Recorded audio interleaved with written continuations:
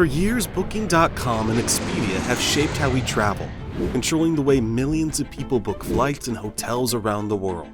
But while the spotlight stayed on these Western giants, a new contender quietly emerged in the East. Trip.com, once a little-known company from China, now handles over $160 billion in bookings each year and operates in nearly 200 countries, supporting dozens of languages. Why did the sleeper challenger slip under the West's radar for so long? To understand how Trip.com reached this point, we need to look back to where it all began.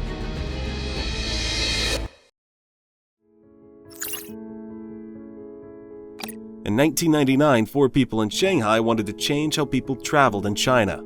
At that time, almost no one used the internet, and most travel bookings happened face-to-face. Travel agencies controlled the market, and people didn't trust online services. The founders of Ctrip saw a way to do things differently. Ctrip started by offering hotel bookings. They used both online and offline services so customers could book on the internet or get help from staff. This method helps people feel comfortable trying something new. Most Chinese customers were not used to booking travel online, so Ctrip's approach made sense. The team behind Ctrip brought different skills. One had a background in engineering, one worked in banking, one knew the hotel business, and another ran a tech company. These experiences helped them solve problems with technology, money, and travel. China was also changing fast. The country's economy was growing, more people lived in cities, and incomes were rising. People started booking trips themselves instead of using state-run tours. Old travel agencies felt slow and didn't meet people's needs. Ctrip offered a new way to focus on the customer. In the early 2000s, many tech companies failed worldwide. Ctrip survived because they received $4.5 million from SoftBank. With this money, they could keep operating and didn't have to risk rapid expansion. They focused on growing carefully. Ctrip's online and offline model worked well. People in big cities booked hotels online, but many still preferred to talk to staff. China's market kept growing. The country joined the World Trade Organization in 2001. More people had money to travel. The business with the outside world increased. Ctrip was ready. By 2003, Ctrip went public on the NASDAQ. Their stocks rose 86% on the first day. The IPO showed that Ctrip had become a leader in China's technology sector. Care systems around the world are in crisis. The virus, still a mystery, has proven deadly. In 2003, SARS spread across Asia and caused major trouble for travel companies. Ctrip depended on people moving between cities and countries. During the worst period, Ctrip's business dropped by 70%, and its income fell by 42%. Flights stopped, hotels were empty, and travel nearly stopped everywhere. Many travel companies responded by cutting jobs or closing. Ctrip faced a choice: shrink their team or find another way. Ctrip decided to keep all staff. They used flexible work schedules so everyone stayed employed. The company also rented out its call center to China Merchants Bank. This kept workers busy and brought in extra money. Ctrip's leaders believed it was important to be ready for recovery and to show staff they mattered. The company helped customers too. While other travel agencies made refunds harder, Ctrip offered flexible cancellations and refunds. This move was costly, but it built trust when customers needed it most. Many remembered how Ctrip treated them and stayed loyal after the crisis. When travel reopened, Ctrip recovered fast. In the third quarter of 2003, their business grew by 73% over the previous quarter. They quickly met the surge in demand, using their full team and strong customer ties. Investors noticed this recovery. Ctrip showed they could manage during difficult times. The global travel market was not stable, but some doubted if Ctrip's comeback would last. The company raised $75 million and made news as a leader in China's tech field. Investors saw Ctrip as a company that could find new chances even during hard times. The lesson from the SARS outbreak stuck with them. These lessons helped Ctrip face new rivals and prepare for even bigger challenges ahead. In the early 2010s, China's online travel market was growing fast. Many new companies started up, each trying to win customers by lowering prices. Firms like eLong, Qunar, and Tongqing cut prices to attract users, even if it meant losing money. Soon, profits disappeared and everyone in the business was losing out. Ctrip, already a leader, felt forced to join in. They ran a $500 million promotion over a year, but profits dropped from over 30% to just 3.3% by 2014. Qunar and others reported big losses. The price war showed no winners. Customers, companies, investors all suffered. Ctrip chose a different path. Instead of fighting, they bought stakes in rivals. From 2014 to 2016, Ctrip took over Tongqing and eLong and made a deal to bring Qunar under their control. This ended the price war.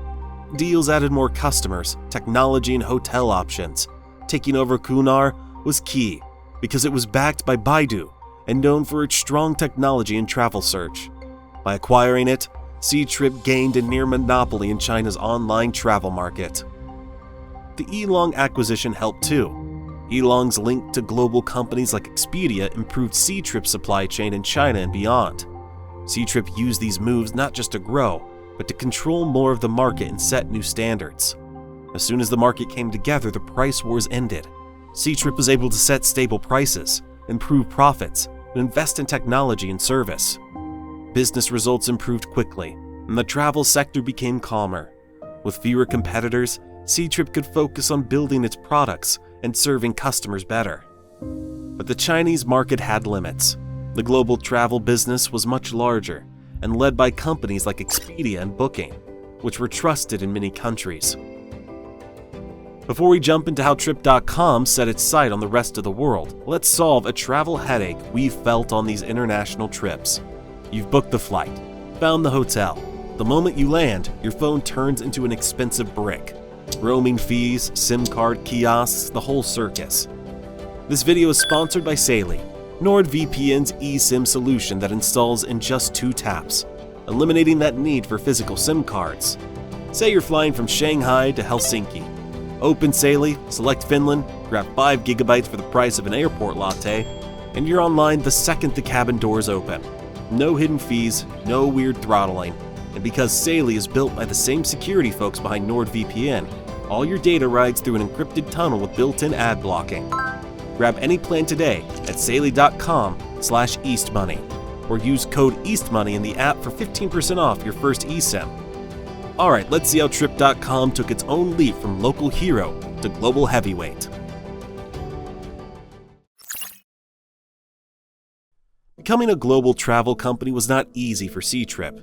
In 2016, instead of trying to beat Western leaders with big spending, they bought Skyscanner for £1.4 billion. Skyscanner, based in Scotland, helped travelers compare flights, hotels, and rental cars.